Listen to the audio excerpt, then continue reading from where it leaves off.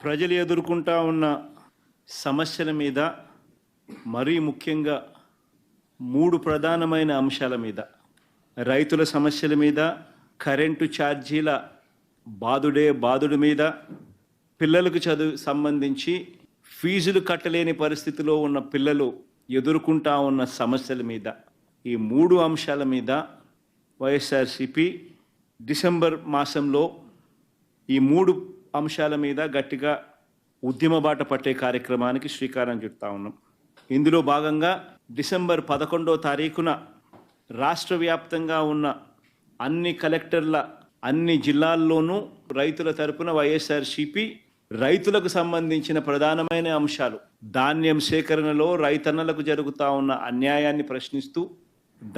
సేకరణలో కనీస పెట్టుబడి ధర ఖచ్చితంగా ప్రభుత్వం వైపు నుంచి వచ్చేట్టుగా ఒత్తిడి తీసుకొచ్చే దాంట్లో భాగంగా కనీస మద్దతు ధర రైతులకు ఖచ్చితంగా వచ్చేట్టుగా చేస్తూ,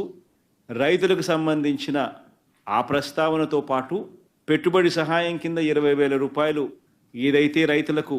ఇస్తామని చెప్పారో ఆ 20,000 రూపాయలకు సంబంధించి పెట్టుబడి సహాయం